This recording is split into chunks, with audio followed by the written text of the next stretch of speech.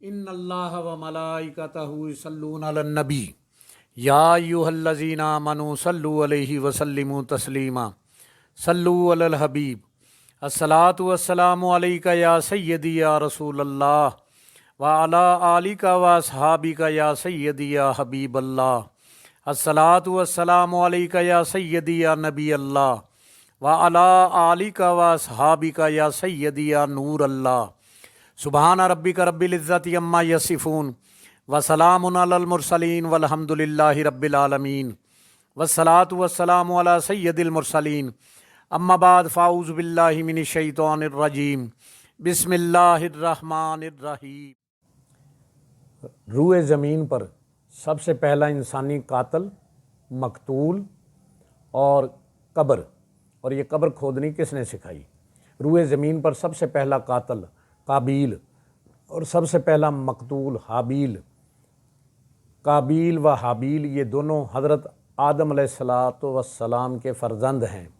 ان دونوں کا واقعہ یہ ہے کہ حضرت اماں حوا رضی اللہ تعالی عنہا کے ہر حمل میں ایک لڑکا اور ایک لڑکی پیدا ہوا کرتے تھے، اور ایک حمل کے لڑکے کا دوسرے حمل کی لڑکی سے نکاح کر دیا جاتا تھا۔ اللہ پاک کے اس دستور کے مطابق حضرت آدم علیہ السلام نے قابیل کا نکاح لیوزا سے جو حابیل کے ساتھ پیدا ہوئی تھی کرنا چاہا، مگر قابیل اس پر راضی نہ ہوا کیونکہ اقلیمہ زیادہ خوبصورت تھی، اس لیے وہ اس کا طلبگار ہوا۔ حضرت آدم علیہ السلام نے اس کو سمجھایا کہ اقلیمہ تیرے ساتھ پیدا ہوئی ہے، اس لیے وہ تیری بہن ہے، اس کے ساتھ تیرا نکاح نہیں ہو سکتا، اور اللہ پاک کا یہی دستور اور قانون ہے، مگر قابیل اپنی ضد پر اڑا رہا۔ بالآخر حضرت آدم علیہ السلام نے یہ حکم دیا کہ تم دونوں اپنی اپنی قربانیاں اللہ رب العزت کے حضور پیش کرو، جس کی قربانی مقبول ہوگی وہی اقلیمہ کا حقدار ہوگا۔ اس زمانے میں قربانی کی مقبولیت کی یہ نشانی تھی کہ آسمان سے ایک آگ اتر کر اس قربانی کو کھا لیا کرتی تھی۔ چنانچہ قابیل نے گیہوں کی کچھ بالیں اور حابیل نے ایک بکری قربانی کے لیے پیش کی۔ آسمانی آگ نے حابیل کی قربانی کو کھا لیا اور قابیل کے گیہوں کو چھوڑ دیا۔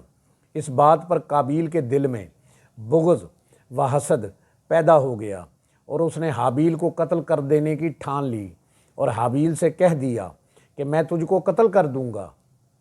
حابیل نے کہا کہ قربانی قبول کرنا اللہ تعالیٰ کا کام ہے، اور وہ متقی بندوں کی ہی قربانی قبول کرتا ہے۔ اگر تو متقی پرہیزگار ہوتا تو وہ ضرور تیری قربانی قبول کر لیتا۔ ساتھ ہی حابیل نے یہ بھی کہہ دیا کہ اگر تو میرے قتل کی طرف ہاتھ بڑھائے گا تو میں تجھ پر اپنا ہاتھ نہیں اٹھاؤں گا، کیونکہ میں اللہ تعالیٰ سے ڈرتا ہوں۔ میں یہ چاہتا ہوں کہ میرا اور تیرا گناہ دونوں تیرے ہی پلے پڑیں، اور تو دوزخی ہو جائے اور گنہگاروں میں لکھ دیا جائے، کیونکہ بے انصافوں کی یہی سزا ہے۔ آخر قابیل نے اپنے بھائی حابیل کو قتل کر دیا۔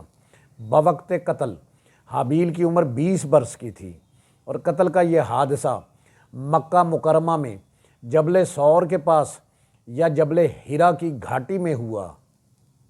روایت ہے کہ جب حابیل قتل ہوئے تو 7 دنوں تک زمین میں زلزلہ رہا، اور تمام چرندوں اور پرندوں میں اضطراب اور بے چینی پھیل گئی، اور قابیل جو بہت ہی گورا اور خوبصورت تھا، بھائی کا خون بہاتے ہی اور اس کا قتل کرتے ہی اس کا چہرہ بالکل کالا اور بدصورت ہو گیا، اور حضرت آدم علیہ السلام کو اس واقعے کا بے حد رنج و غم ہوا، یہاں تک کہ حابیل کے رنج و غم میں 100 برس تک آپ کو کبھی ہنسی نہ آئی۔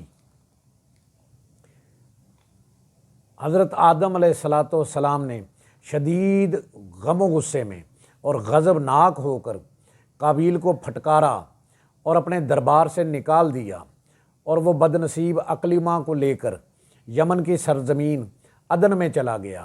وہاں ابلیس اس کے پاس آ کر کہنے لگا کہ حابیل کی قربانی کو آگ نے اس لیے کھا لیا کہ وہ آگ کی پوجا کیا کرتا تھا، لہٰذا تو بھی ایک آگ کا مندر بنا کر آگ کی پرستش کیا کر۔ چنانچہ حابیل پہلا وہ شخص تھا جس نے آگ کی عبادت کی، اور یہ روئے زمین پر پہلا شخص ہے جس نے اللہ تعالیٰ کی نافرمانی کی اور سب سے پہلے زمین پر ناحق قتل کیا، ناحق خون بہایا، اور یہ وہ پہلا مجرم ہے جو جہنم میں سب سے پہلے ڈالا جائے گا۔ اور حدیث شریف میں ہے کہ روئے زمین پر قیامت تک جو بھی خون ناحق ہوگا، قابیل اس میں حصہ دار ہوگا، کیونکہ اسی نے سب سے پہلے قتل کا دستور نکالا۔ اور قابیل کا انجام یہ ہوا کہ اس کے ایک لڑکے نے جو کہ اندھا تھا اس کو ایک پتھر مار کر قتل کر دیا، اور یہ بدبخت نبی زادہ ہونے کے باوجود آگ کی پرستش کرتے ہوئے کفر و شرک کی حالت میں اپنے لڑکے کے ہاتھ سے مارا گیا۔ حابیل کے قتل ہو جانے کے 5 برس بعد حضرت شیش علیہ السلام پیدا ہوئے، جبکہ حضرت آدم علیہ السلام کی اس وقت دنیاوی عمر شریف 130 برس کی ہو چکی تھی۔ آپ نے اپنے اس ہونہار فرزند کا نام شیش رکھا، اور یہ سریانی زبان کا لفظ ہے، اور عربی لغت میں اس کے معنی ہبت اللہ یعنی اللہ کا عطیہ ہے۔ حضرت آدم علیہ السلام نے 50 صحیفے جو ان پر نازل ہوئے تھے، ان سب کی تعلیم حضرت شیش علیہ السلام کو دی، اور ان کو اپنا خلیفہ بلا فصل اور سجادہ نشین مقرر کیا، اور ان کی نسل میں خیر و برکت ہونے کی دعائیں مانگیں۔ اور ہمارے نبی کریم صلی اللہ علیہ وآلہ وسلم حضرت شیش علیہ السلام کی اولاد میں سے ہیں۔ حضرت شیش علیہ السلام کی منکوحہ کے لیے اللہ پاک نے جنت سے حور بھیجی۔ اس واقعہ کو قرآن کریم میں اللہ تعالیٰ نے اس طرح بیان فرمایا ہے، اور انہیں پڑھ کر سناؤ۔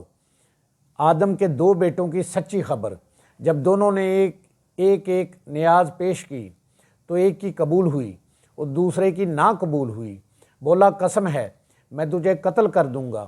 کہا اللہ ہی سے قبول کرتا ہے جسے ڈر ہے، بے شک اگر تو اپنا ہاتھ مجھ پر بڑھائے گا کہ مجھے قتل کرے تو میں اپنا ہاتھ تجھ پر نہ بڑھاؤں گا کہ تجھے قتل کروں۔ میں اللہ سے ڈرتا ہوں جو مالک سارے جہان کا ہے۔ میں تو یہ چاہتا ہوں کہ میرا اور تیرا گناہ دونوں تیرے ہی پلہ پڑیں، تو دوزخی ہو جائے، اور بے انصافوں کی یہی سزا ہے۔ تو اس کے نفس نے اسے بھائی کے قتل کا چاؤ دلایا تو اسے قتل کر دیا، تو رہ گیا نقصان میں۔ اس واقعے سے چند اسباق ملتے ہیں۔ دنیا میں سب سے پہلا جو قتل اور خون ناحق ہوا وہ ایک عورت کے معاملہ میں ہوا، لہٰذا کسی عورت کے فتنہ عشق میں مبتلا ہونے سے خدا کی پناہ مانگنی چاہیے۔ قابیل نے جذبہ حسد میں گرفتار ہو کر اپنے بھائی کو قتل کر دیا۔ اس سے معلوم ہوا کہ حسد انسان کی کتنی بری اور خطرناک قلبی بیماری ہے۔ حسد نیکیوں کو ایسے کھا جاتا ہے جیسے آگ سوکھی لکڑیوں کو۔ اس لیے قرآن مجید میں ارشاد ہے، حاسد کے حسد سے خدا کی پناہ مانگتے رہو۔ خون ناحق کتنا بڑا جرم عظیم ہے کہ اس جرم کی وجہ سے ایک نبی علیہ السلام کا فرزند اپنے باپ حضرت آدم علیہ السلام کے دربار سے راندہ بارگاہ ہو گیا اور کفر و شرک میں مبتلا ہو کر مر گیا، اور قیامت تک ہونے والے ہر خون ناحق میں حصہ دار بن کر عذاب جہنم میں گرفتار رہے گا۔ اس سے معلوم ہوا کہ جو شخص کوئی برا طریقہ ایجاد کرے تو قیامت تک جتنے لوگ اس برے طریقے پر عمل کریں گے سب کے گناہ میں وہ برابر کا شریک اور حصے دار بنے گا۔ اس سے یہ بھی معلوم ہوا کہ نیکوں کی اولاد کا نیک ہونا کوئی ضروری نہیں، نیکوں کی اولاد بری بھی ہو سکتی ہے، کیونکہ حضرت آدم علیہ السلام اللہ تعالیٰ کے مقدس نبی اور صفی اللہ ہیں، مگر ان کا بیٹا قابیل کتنا خراب ہوا آپ پڑھ چکے ہیں۔ ہمیشہ ہر شخص کو چاہیے کہ فرزند صالح اور نیک اولاد کی دعائیں خدا کی بارگاہ میں مانگتا رہے۔ یہاں ایک اور بات قابل ذکر ہے، جب کابیل نے حابیل کو قتل کر دیا، کیونکہ اس سے پہلے روئے زمین پر کوئی انسان مرا ہی نہیں تھا، اس لیے کابیل حیران تھا کہ اب بھائی کی لاش کا کیا کروں۔ چنانچہ کئی دنوں تک وہ لاش کو اپنی پیٹھ پر لادے ہوئے پھرتا رہا۔ پھر اس نے دیکھا کہ 2 کوے آپس میں لڑے اور ایک نے دوسرے کو مار ڈالا۔ پھر زندہ کوے نے اپنی چونچ اور پنجوں سے زمین کورید کر ایک گڑھا کھودا اور اس میں مرے ہوئے کوے کو ڈال کر مٹی سے دبا دیا۔ یہ منظر دیکھ کر کابیل کو معلوم ہوا کہ مردے کی لاش کو زمین میں کس طرح دفن کرنا چاہیے۔ چنانچہ اس نے قبر کھود کر اس میں بھائی کی لاش کو دفن کر دیا۔ قرآن مجید میں اس واقعے کو ان لفظوں میں بیان فرمایا ہے، تو اللہ تعالیٰ نے ایک کوا بھیجا، زمین کریدتا، تاکہ اسے دکھائے کیوں کر اپنے بھائی کی لاش چھپائے۔ بولا ہائے خرابی، میں اس کوے جیسا بھی نہ ہو سکا کہ میں اپنے بھائی کی لاش چھپاتا اور پچھتاتا رہ گیا۔ کوا روئے زمین پر سب سے قدیمی جانور ہے۔ اس کی طبعی عمر 500 سال تک ہوتی ہے۔ اس واقعے سے یہ سبق ملتا ہے کہ آدمی علم سیکھنے میں چھوٹے سے چھوٹا استاد کو یہاں تک کہ کوے کا بھی محتاج ہے۔ اس سے یہ بھی معلوم ہوا کہ انسان پر اس کی دنیاوی زندگی کی راہ میں جب کوئی مشکل درپیش ہو جاتی ہے تو اللہ تعالیٰ ایسا رحیم و کریم ہے کہ وہ کسی نہ کسی طریقے سے یہاں تک کہ چرندوں اور پرندوں کے ذریعے بھی مشکلات حل کرنے کی راہ دکھا دیتا ہے۔ اللہ پاک سے دعا ہے جن سے وہ پیار کرتا ہے ہمیں ان کا ادب عطا کرے، اپنے نیک بندوں کی صحبت عطا فرمائے، ہمیں بادب بعمل عاشق رسول بنائے۔ اللہ کریم ہمیں راہ حق پر چلنے کی، حق بات کہنے کی، سننے کی اور اس پر عمل کرنے کی توفیق عطا فرمائے۔ ہم سب کی جان آقا کریم صلی اللہ علیہ وآلہ وسلم کا فرمان عالی شان ہے، جو شخص میری امت میں نیکی پھیلائے یا اچھی بات پہنچائے اللہ اس سے پیار کرتا ہے اور جنت اس کا مقدر ہے۔ گناہ گار ہیں، بدکار ہیں، سیاہ کار ہیں میرے مولا، جو بھی ہیں تیرے محبوب کی امت میں سے ہیں۔ یا الہی کر کرم کروا کرم، دونوں جہاں میں رکھ شرم۔